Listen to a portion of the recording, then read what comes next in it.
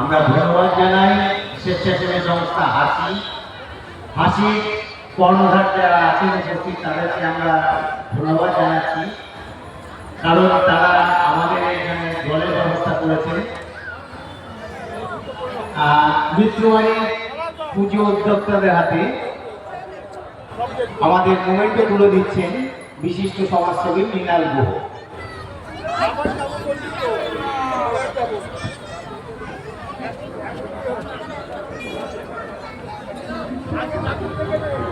রানাঘাট পৌরসভা ব্যবস্থাপনায় এবং নাস্তা শীতলা পূজা কমিটির সহযোগিতা